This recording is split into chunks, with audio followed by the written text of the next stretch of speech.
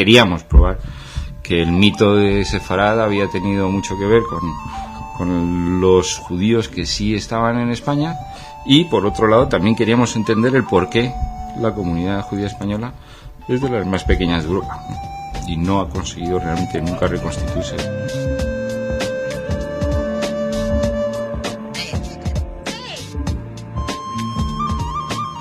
Ninguno de ellos estaba aquí por el mito de Sefarad, ninguno, absolutamente ninguno. Es decir, que todo el mundo estaba aquí por razones vitales, por razones pragmáticas, pero ninguno por regresar o volver o recuperar ningún tipo de imagen de mito de Sefarad.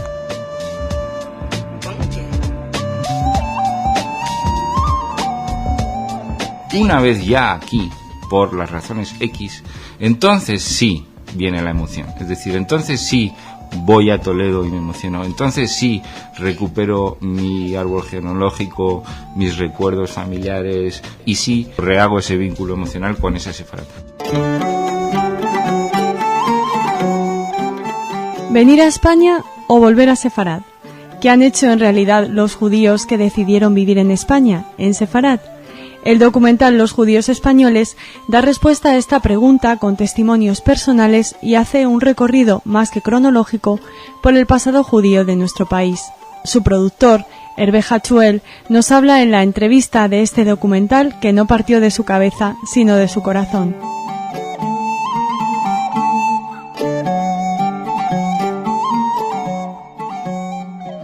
Hervé Hachuel nos visita hoy en Radio Sefarad para presentarnos un documental muy especial, Los judíos españoles. Hola, Hervé. Muy buenas tardes. Háblanos de este documental, ¿por qué es diferente a otros? Bueno, yo creo que es muy diferente a otros porque parte de una tesis. O sea, el problema de todo el material que se hace sobre los judíos y sobre la España judía son siempre proyectos que pretenden abarcar la totalidad de la experiencia judía española, que yo creo que es inabarcable en un proyecto unitario. Es quizá abarcable en una serie, abarcable en una miniserie incluso, pero desde luego en un proyecto unitario como este es un tema demasiado amplio. Con lo cual ya de partido lo que queríamos era limitar el ángulo que iba a cubrir el documental, el ángulo del tema que queríamos cubrir, y buscamos algo que a mí me ha tenido toda la vida pues como que he tenido siempre muy presente, ¿no? Es decir, siendo un judío nacido en España, mi familia, digamos la primera generación de mi familia que nace otra vez en España desde el siglo XV, el hecho de la época dorada o la mítica época dorada de España y de la vida de los judíos en España, que tiene parte de mito pero tiene parte de realidad absoluta, es algo que ha estado presente toda mi vida, ¿no? Y yo nunca me acordaré una vez que estuve con el escritor israelí Aleph Bet Yehoshua, en que él me dio una anécdota que me dejó muy impresionado. Me dijo, mi familia es de Salónica, pero aunque mis bisabuelos, supongo que eran sus bisabuelos o tatarabuelos, vinieron a Jerusalén en el siglo XIX, él es cuarta o quinta generación jerusalemita, pero él me dice que de los 400 años que su familia pasó en Salónica, en su casa no hablaban, en su casa solo hablaban de España, de Sefarad. Como si 400 años en Grecia no hubiesen significado nada más que una parada de autobús entre España e Israel, ¿no? Y eso me dejó evidentemente muy impresionado. Con lo cual siempre he tenido ese gusanillo de explorar ese mito en la medida de lo posible. Y el documental sostiene una tesis. El documental sostenía una tesis de partida, que luego a la hora de llevarlo a cabo, evidentemente lo bueno que tienen los documentales y lo malo a la vez, es que cuando haces una película de ficción escribes el guión y evidentemente haces ese guión y nadie te lo va a cambiar porque tú mandas. Pero la realidad tiene una capacidad de revolverse contra lo que tú quieres imponerle. Se crea una criatura, ¿no? Claro, que no se sabe. La realidad siempre acaba imponiéndose y esa es la gloria, lo bueno y lo positivo de un documental, ¿no? Entonces nosotros queríamos probar que el mito de Sefarad había tenido mucho que ver con los judíos que sí estaban en España, y por otro lado también queríamos entender el por qué la comunidad judía española es de las más pequeñas de Europa, ¿no? Y no ha conseguido realmente nunca reconstituirse. El gran influjo que hemos tenido han sido de judíos, sobre todo ashkenazim, y no se entiende. Y bueno, no se entiende por qué, si España representa ese mito de la convivencia y de la gran libertad y de la época dorada judía, si ahora estamos en libertad y democracia, ¿por qué no se ha reconstituido esa comunidad en su vigor de antaño y queríamos descubrir por qué. Entonces, básicamente, partiendo de esa pregunta, llevamos a cabo pues una investigación, pero sobre todo lo que llevamos a cabo son muchas entrevistas a judíos que viven en España o a judíos en la diáspora. A judíos que viven en España. Evidentemente, desde el punto de vista presupuestario tampoco teníamos los recursos para viajar en la diáspora sefardí, pero creo que en España hay suficientes representantes de esta comunidad como para cubrir el tema bien cubierto, ¿no? De todas las edades, de todas las edades, de todos los orígenes, judíos búlgaros, turcos, españoles, marroquíes, o sea, tenemos de todo. Y básicamente lo que nos dimos cuenta es, primero, que ninguno de ellos estaba aquí por el mito de Sefarad, ninguno, absolutamente ninguno. Es decir, que todo el mundo estaba aquí por razones vitales, por razones pragmáticas, pero ninguno por regresar o volver o recuperar ningún tipo de imagen, de mito de Sefarad, como si ningún judío cayese en la trampa de pensar que esa época dorada fuese repetible. ¿Por defensa, tú crees? ¿Porque no se rompa el sueño? Esa también era otra posibilidad, es decir, bueno, tenemos un mito que es una época dorada importantísima para los judíos en un país y quizá lo que no queremos es forzar ese mito y que acabemos quedándonos sin él. Eso también es una posibilidad, pero no, tampoco llega la cosa a nada tan romántico, ¿no? La cosa, básicamente lo que nos damos cuenta es que por un lado existe Sefarad, y Sefarad es un país que definitivamente ya no existe, pero que no existe para nada, y existe España. Entonces España es un país moderno, occidental, que ofrece X ventajas y X inconvenientes, y que en base a ese juicio pues las comunidades judías de España se reconstruyen, y en base a circunstancias vitales personales de esos judíos que han venido a España, y en base a circunstancias vitales personales y políticas de los países de origen, etcétera, etcétera. Pero no nos hemos encontrado con nadie que haya dicho un día, o que sus antepasados hayan dicho un día, Sefarad, volvemos a nuestras raíces, volvemos a nuestra patria, volvemos a nuestro espacio histórico. No hemos encontrado a nadie que diga eso. Desde luego no voy a discutirlo, sobre todo si lo demuestras con un documental, ¿no? Pero antes has comentado que tú eres la primera generación que había nacido en España, que había de este retorno a Sefarad, de tu familia. Y en muchas entrevistas o muchos comentarios que nos hace la gente aquí en Radio Sefarad, eso precisamente ha sido muy emotivo para las familias. El primer hijo que nace en Sefarad. Pero eso es una experiencia, y además se dice en el documental, es una experiencia posterior. Es decir, una vez que estábamos aquí, una vez ya aquí, por las razones X, entonces sí viene la emoción. Es decir, entonces sí voy a Toledo y me emociono. Entonces sí recupero mi árbol genealógico, mis recuerdos familiares, mi trayectoria geográfico mapamundi de mi familia, etcétera, y sí rehecho o rehago ese vínculo emocional con esa Sefarad. Pero es posterior, es a posteriori, es una vez aquí. Es cuando el sueño se hace de alguna manera realidad. A lo mejor no es como se había soñado la realidad, pero ya es real, ¿no? Exacto. También hay una mezcla de amargura, y yo en ese tema, es decir, la realidad de este país es que no es un país que haya tenido una voluntad marcada de recuperar su pasado judío. Es decir, aquí tú vas a Toledo y no hablan de los judíos como de unos españoles que fueron echados de su patria, hablan de los judíos como de unos extranjeros que estuvieron aquí un tiempo y que tenían unas costumbres muy especiales, sobre todo si te lo explica un guía evidentemente español y cristiano, ¿no? Y no es esa sensación, yo no creo que exista en ningún sitio de España una sensación de vamos a traer a nuestros judíos, vamos a darles la bienvenida, ni que haya ocurrido jamás. España es un país que no se arrepiente de la expulsión, que no tiene complejo de culpabilidad con ese acto. Mi sensación y mi experiencia aquí cultural es que la gente lo ve como un hecho trágico, pero que era necesario en su día para esa famosa unidad que nunca ha ocurrido, pero bueno, para esa famosa unidad española. Afortunadamente mucha de nuestra audiencia desmiente un poquito lo que nos estás contando, pero bueno, hablemos del documental, si te parece. Dinos en breve la ficha técnica. ¿Tú eres el productor, Hervé? Bueno, vamos a ver. Esto es un proyecto que se hace con 4 empresas, que es Televisión Española, el canal de Historia, Tesauro, que es una de las productoras, y otra productora que se llama New Atlantis. Es un paquete de 20 documentales bajo el título genérico de Paisajes de la Historia. Nosotros estamos produciendo un paquete de 10 y la otra productora otro paquete de 10, y entre los 10 temas, uno de ellos es Judíos Españoles y es el primero que hemos hecho del paquete.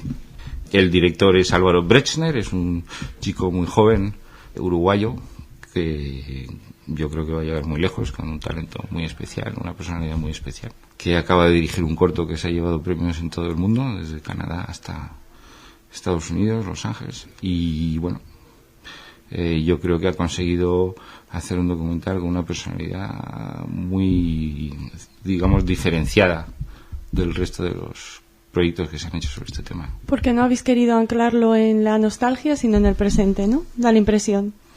Bueno, hemos querido, primero no hemos querido manipular, hemos querido someternos al resultado del trabajo y de la producción y no imponer a nuestro trabajo lo que queríamos oír, y yo creo que por eso es un documental con carácter, es un documental con vida propia. ¿Pero te hubiera gustado oír otras cosas? ¿Lo esperabas? Hombre, digamos que una vez visto el documental, todo lo que se dice en él es tan real y tan pragmático y tan que dices, bueno, ¿cómo se me pudo ocurrir esperar otra cosa, ¿no? Porque una vez escuchado a la gente que habla, te das cuenta que no había otra forma posible de interpretar el tema, ¿no? Hervé, ¿y este documental la idea parte del corazón o de la cabeza? Evidentemente parte del corazón. O sea, el tema del judaísmo nunca parte de la cabeza, por desgracia para mí, porque seguramente lo habría hecho más y mejores. Pero el tema judío siempre es un tema emocional para mí, no, muy poco mental. ¿No queda en Sefarad nada de ese paraíso perdido del que habláis en la tesis que sostiene, con la que se inicia el documental? Yo, ¿De la que parte? Por desgracia, decir, hombre, yo he tenido una infancia absolutamente desprovista de cualquier signo de antisemitismo en mi entorno, como yo creo que la mayoría de la gente de mi generación. Hemos crecido en un país sin ningún signo, digamos, en el cotidiano de antisemitismo, pero digamos que la España de hoy en día demuestra que había un antisemitismo latente y presente que ahora está desbordando y que me tiene muy muy mal, como yo supongo que están ahora todos los judíos en este país, ¿no? Descubriendo una cara de este país que no nos imaginábamos que seguía tan viva, ¿no? Y que ahora está enseñándose con su cara más fea, con lo cual es muy difícil. Me temo que los planes de recuperación de juderías en España son planes comerciales con el objetivo de traer turistas americanos y sacarles el dinero. La fiesta de Herbás me parece de una hipocresía infinita. En fin, pocas cosas tengo que decir positivas, lo siento mucho. Soy el mejor interlocutor para eso. No. Pero te agradezco la sinceridad también. Una iniciativa que parta de una sincera emoción de recuperar un pasado histórico judío. ¿Y crees que documentales como el vuestro pueden ayudar a que eso cambie? Por desgracia, creo que estamos ante una avalancha de antisemitismo tan descomunal que poco vamos a poder hacer para detenerla, pero sí podemos ir suavizándola con cosas así. Yo creo que lo único que vamos a poder hacer en estos momentos es suavizar. Nunca vamos a poder contrarrestar porque es una avalancha mundial e imparable ahora mismo. Y como tú estás en los medios de comunicación... Yo conozco seguramente la totalidad de los directores de noticias de todos los canales, conozco a periodistas en todos los periódicos, conozco a los directores de casi todos los periódicos porque he tenido que trabajar con ellos, y incluso con gente con el que has trabajado años y has colaborado, intentas establecer un diálogo racional y constructivo en este tema y es imposible. Pero no te resignas. No, nunca. Ha pasado de todo. ¿Y qué has aprendido del documental? Pues que evidentemente, por mucho que uno quiera sentir y pensar que el corazón al final acaba siempre imponiéndose la cabeza, pero que es gracioso como luego la cabeza da paso a la emoción, en vez de que la emoción sea el origen, pero la emoción sí es el resultado. Eso es lo más bonito, digamos, del documental, es eso, es decir, bueno, vale, no vinimos por nada de todo esto, pero la verdad es que una vez que estamos aquí, todos han sentido esa emoción de Sefarad. Es decir, una vez aquí ya se siente Toledo, se quiere cantarle en ladino, se quiere recuperar esa historia, se quiere seguir esos pasos de esas juderías, se quiere reconectar con todo ese pasado. Es decir, que la emoción viene después en todos los que han venido. Es decir, que sí ha ocurrido, pero a posteriori, no a priori. Esa es la gran diferencia entre nuestro punto de partida y el final, ¿no? Pero lo importante es que ocurre. Sí. Y seguro que nos emocionamos viendo este documental, que ya los que tengan televisión por cable pueden verlo en el canal de Historia. En Digital Plus, en el número 65 de Digital Plus, También se puede ver en todos los distribuidores de cable locales de todo tipo, desde Agona a todos. Y dentro de 6 meses a un año, que es la ventana de emisión que tiene Televisión Española, se verá en Televisión Española. Muchísimas gracias por estar aquí. Gracias y darnos noticia de este documental que estamos deseando ver.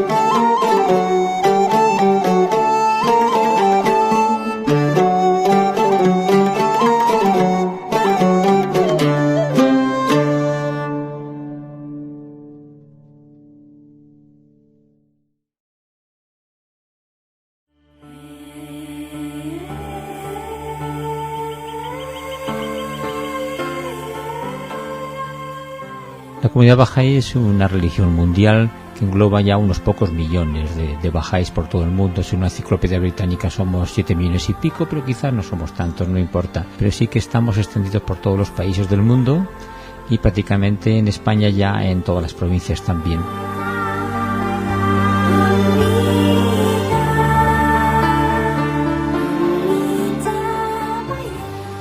En todos los diálogos interreligiosos, con musulmanes, con judíos, con budistas, estamos buscando lo que más nos une, que es la mayor parte de lo que tenemos.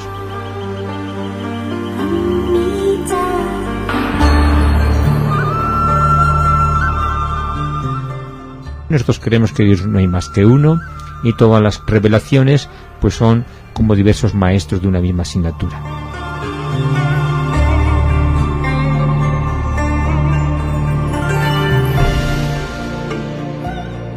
Los bahá'í pertenecen a una comunidad religiosa que integra a creyentes de variadas procedencias. Son, entre otras cosas, esos desconocidos amigos del pueblo judío que tienen su sede principal en Haifa. Hoy recibimos en nuestra casa a José Luis Marqués, secretario general de los bahá'í en España.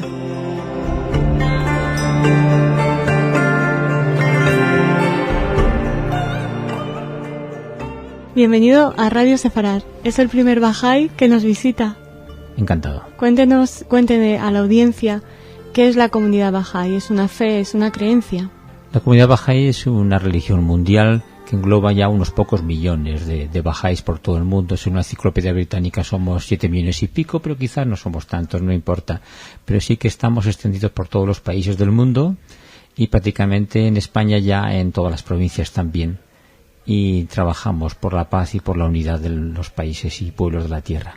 Vamos a hablar más tarde de las actividades que lleváis a cabo esta comunidad, pero antes cuéntanos un poco cómo surge esta religión. Esta religión surgió en Irán, en el mitad del siglo XIX, en un ambiente islámico, pero había muchas esperanzas de un Mahdi, de un prometido. Simultáneamente en el mundo cristiano estaban también las esperanzas del retorno de Cristo. De hecho surgieron los adventistas del séptimo día, el mismo año que empezaba la comunidad bahá'í. Incluso fueron también a Israel, al Monte Carmelo, en Haifa. Fueron también unos templarios o templarios alemanes que fundaron lo que es la avenida Ben Gurión. Había muchas esperanzas de que el tiempo del fin estaba cerca y lo imaginaban como que se acababa el mundo y que ya pues iba a venir el juicio final. Pero de hecho es una vez más que se acaba una etapa de la historia y empieza otra. Esta etapa empezó pues con mucho sufrimiento porque el precursor de Baha'u'lláh, fundador de la fe bahá'í, pues era un joven de 25 años que tuvo 18 discípulos, entre ellos una gran mujer, una poetisa. Todos ellos y otros miles más fueron martirizados, masacrados. Eran iraníes, ¿verdad? Todos eran iraníes, sí.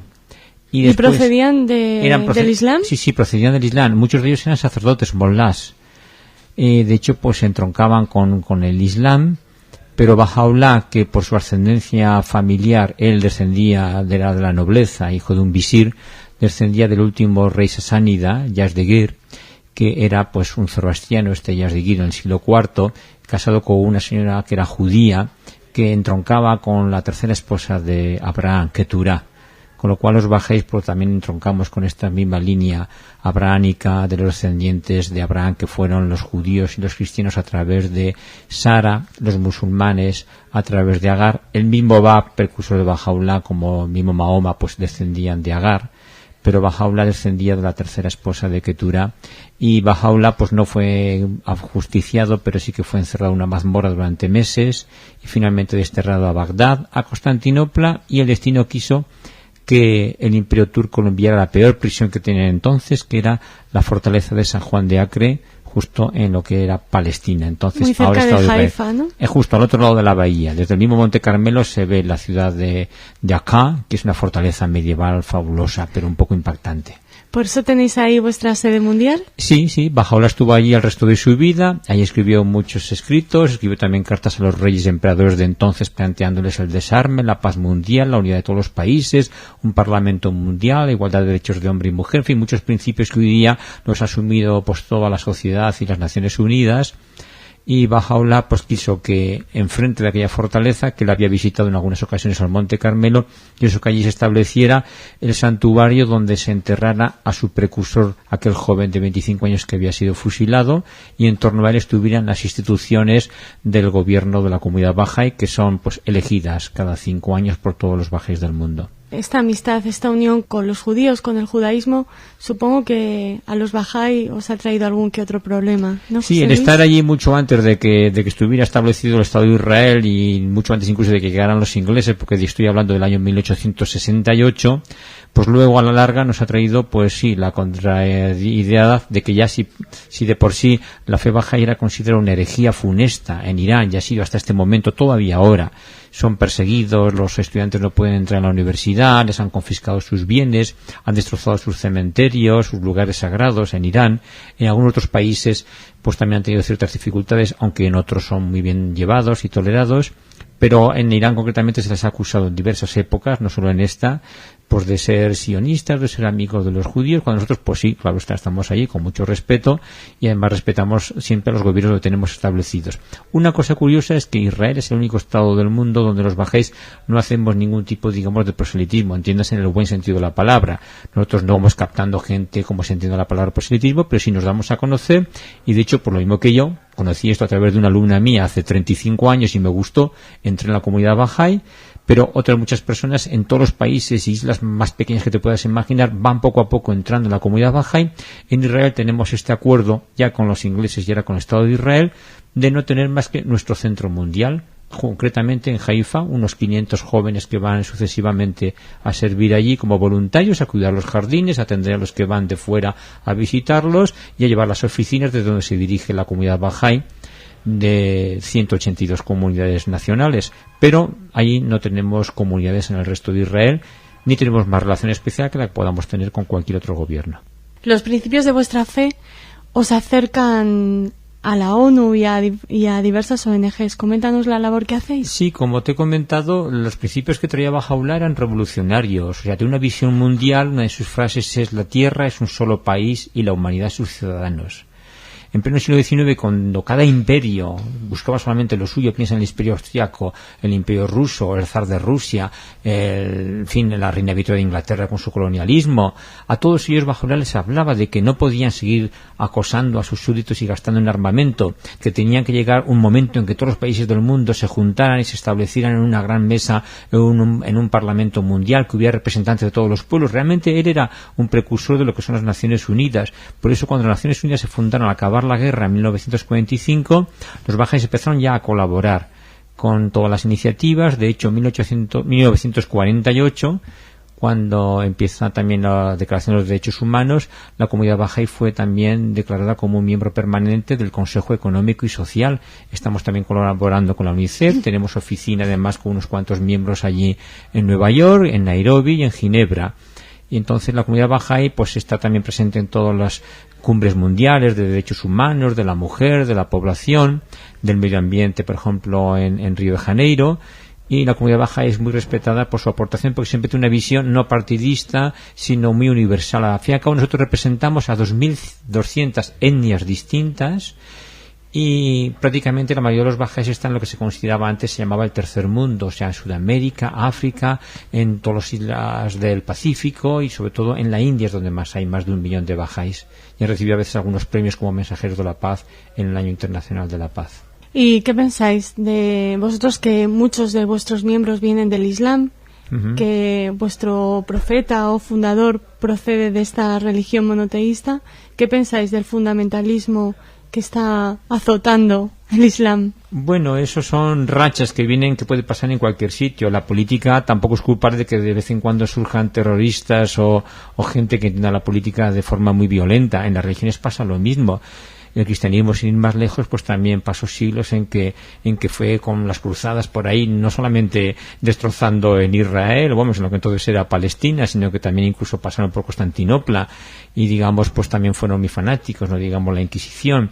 Entonces yo a veces pienso que en algunos lugares de la tierra, algunos musulmanes pues están como una época muy medieval. Hay otros musulmanes pues que claro son muy científicos, al fin y al cabo es una religión muy racional y que armoniza como también la fe baja y la ciencia y la religión, pero hay personas que entienden de una forma fanática la religión y además en eso pues apoyan sus carencias políticas y sociales. Hay que tener en cuenta que en los países musulmanes pues hay muchísima juventud, la mayoría de la población es muy joven y sin posibilidades de futuro. No sé hasta qué punto también Occidente tendrá la culpa de, yo creo que sí, de las muchas cosas que pasan en otros muchos países del mundo, sean musulmanos, sean, no digamos, África. Todos ellos pues ahora se rebelan con ese fanatismo terrible, pero claro, eso no tiene nada que ver con el Islam. El Islam es otra cosa distinta. El Islam en su esencia es pureza, es respeto. La misma yihad es una lucha consigo mismo, como también decía Cristo.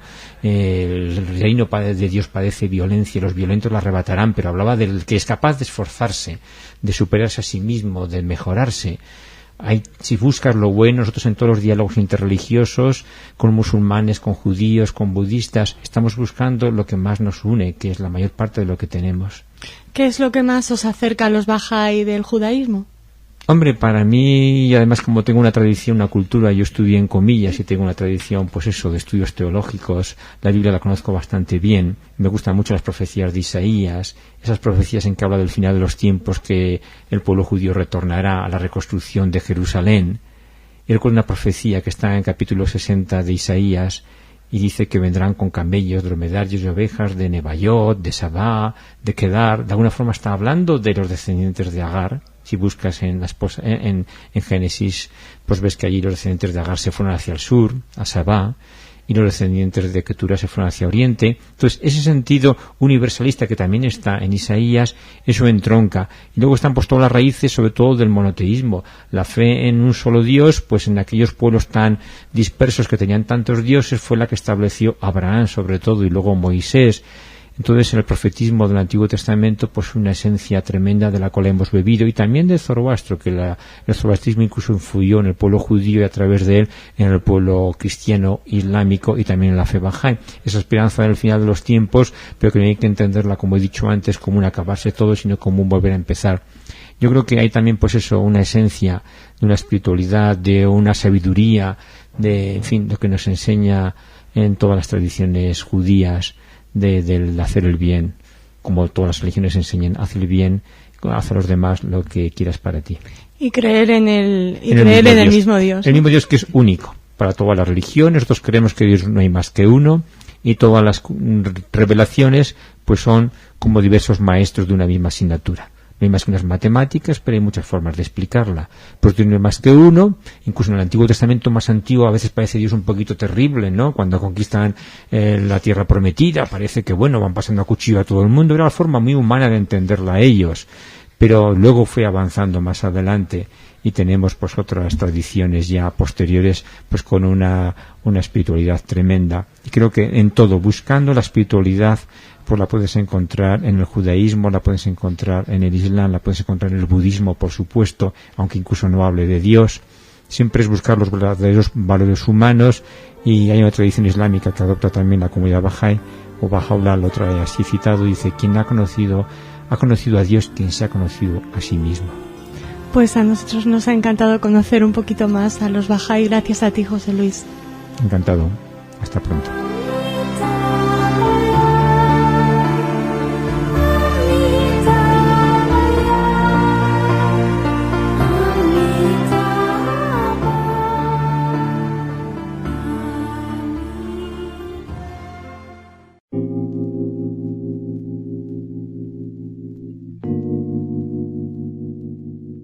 comenzamos el cuento escribiéndoles a los chicos un nombre en hebreo y luego, claro, ven que escribes diferente y entonces les explicas y esto y les preguntas si el idioma se escribe diferente, si el cuento empieza al principio o al final, y que depende de la edad, normalmente gana que empieza al final. Curioso, ¿no?, ver eso.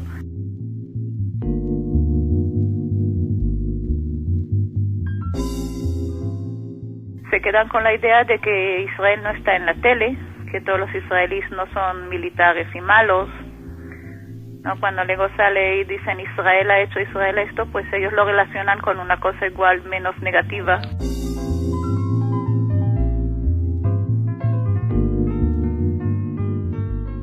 El año pasado con unas jornadas con la misma idea de Israel un crisol de cultura y teníamos 30 personas, muerte a los judíos o israelíes asesinos, ¿no? Pues ¿qué se le va a hacer? Intentamos ahí ponernos que nos conozcan sin que nos maten.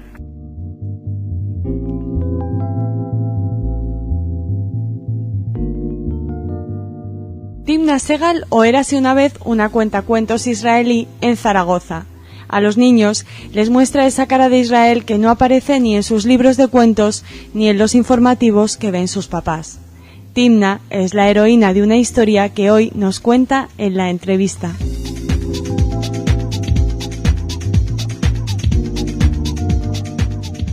¿Cómo es ser una cuentacuentos israelí en Zaragoza?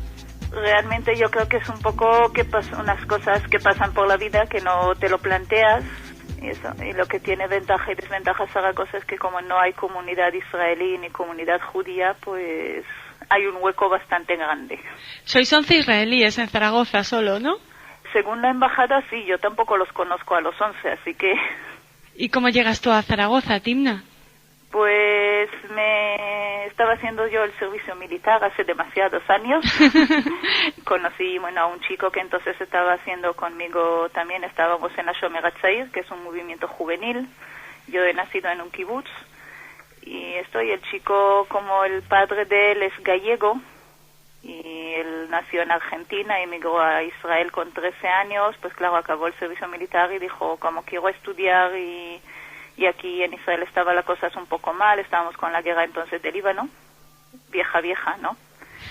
Pues dijo, yo me voy a España, ¿te quieres venir? Y yo digo, pues nada, pues vamos a España. Venir de Israel también te ayuda mucho porque Israel realmente es un crisol de culturas. Yo en mi familia, una de las cosas que utilizo es un poco decirlo a los chavales, pues mira, que mi padre nació aquí, mi madre allá, mi hermano está casada con un ruso, ¿sabes? Que ya solo contar tu vida personal a la gente le parece un cuento cuando en Israel es una realidad diaria. No sé, mucha gente puede pensar que es muy valiente por tu parte presentarte como israelí, que la gente conozca a Israel, que bueno, que en este país está un poco denostado, ¿no? Sí, lo que pasa es que yo digo valiente, no sé si valiente inconsciente o realmente tampoco va a ser con una mentira por la vida, ¿no? Y entonces aquí nos han pegado 2 o 3 sustos en Zaragoza, no muy fuertes. ¿Nos los cuentas?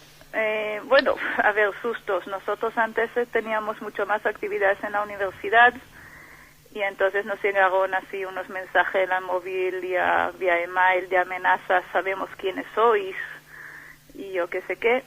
Y nosotros bajamos, nos asustamos un poco, la gente que trabajamos aquí, bajamos la cabeza, pero no llegó a más, ¿no? Y yo creo que realmente en la tele ya no aparecemos. Hasta hace 7, 8 años aún íbamos a la tele o salíamos en el periódico. Yo ahora, como digo, fotos no. De esto que no importa que pongan tu nombre, que esto, pero yo en fotos no salimos ninguno, ni en la tele ni en la prensa. Y entonces es valiente ir, pues no lo sé, ir a un cuentacuentos que te puede venir cualquiera, igual es valiente, ¿no? Pero como estás ahí como un personaje, esperas que la gente que te vea no te echas piedras encima, ¿no?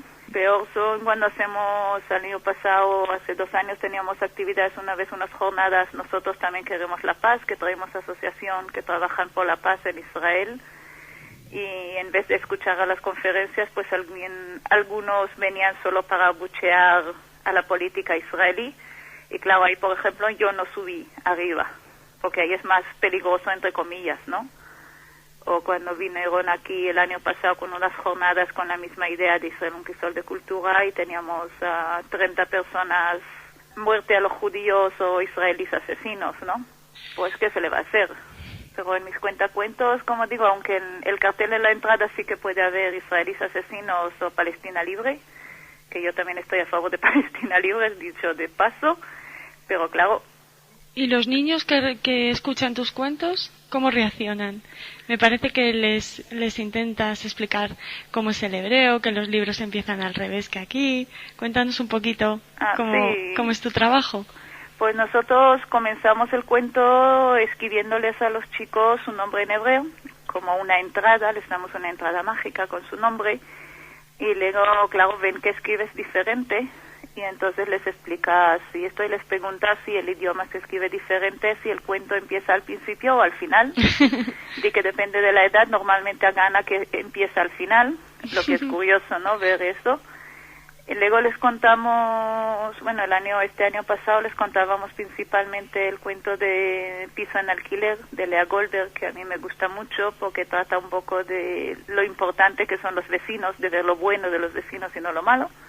Yo creo que principalmente lo que hacemos ahí es que los chicos, cuando yo digo soy de Israel, sabéis dónde está el Israel, entonces les enseñamos en el mapa el tamaño de Israel, el tamaño de España, ¿no?, que tampoco son muy conscientes, y aunque tengan 6, 7 años, se quedan con la idea de que Israel no está en la tele, que todos los israelíes no son militares y malos, ¿sabes? Es más esto que la idea de lo que tú les transmites, porque mucho, ¿no?, pero queda una chica tan maja que ha venido y ha contado, y no, cuando luego sale y dicen Israel ha hecho, Israel esto, pues ellos lo relacionan con una cosa igual menos negativa. Y se equilibra un poquito todo, ¿no? Sí, entonces esto se ve más porque, por ejemplo, tuvimos la suerte este verano de ir a Barbastro 3 veces, ¿no? Tuvimos 3 actividades durante un mes, todos los viernes, y los chicos ya vienen y ya te conocen, ¿no? Ya te saludan, entonces ya te cuentan, pues el otro día salisteis en la tele, digo, ¿yo solica o qué?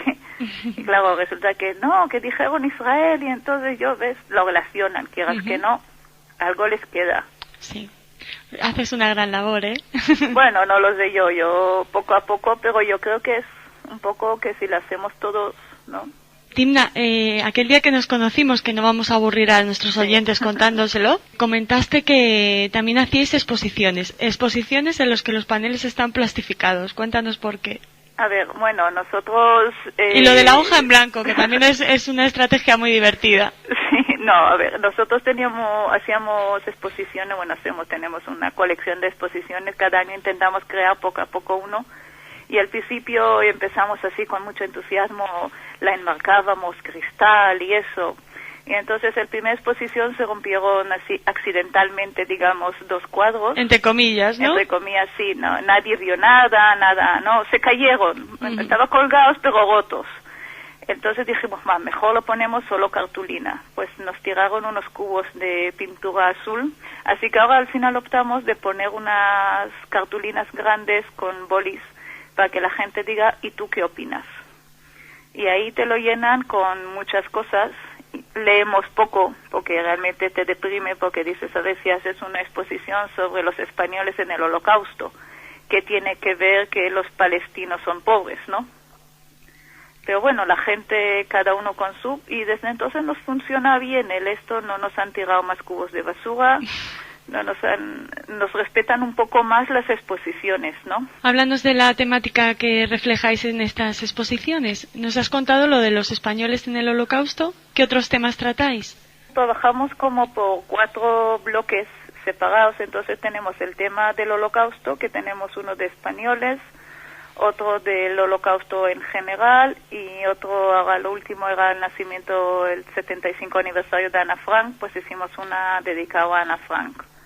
Después tenemos en tema judío, uno de la cultura judía, y en tema sefardí, uno de la Zaragoza sefardí, la cultura sefardí, un poco los juderías de Aragón. Y luego tuvimos en tema de Israel, pues tenemos unos cuantos, que uno es trabajando por la paz entre palestinos e israelíes, con las asociaciones, que hay algunas que salen que más representativas y un poco tema del conflicto. Otro, y mi geografía íntima de Israel, que son poesías e imágenes de Israel. Y ahora estamos creando uno de calendarios del mundo, que es un poco ver lo común y lo diferente que hay entre las distintas culturas, ¿no? Cuando la gente conoce, los prejuicios van desapareciendo poco a poco. A lo mejor un poco eso sí que es lo que intentas hacer.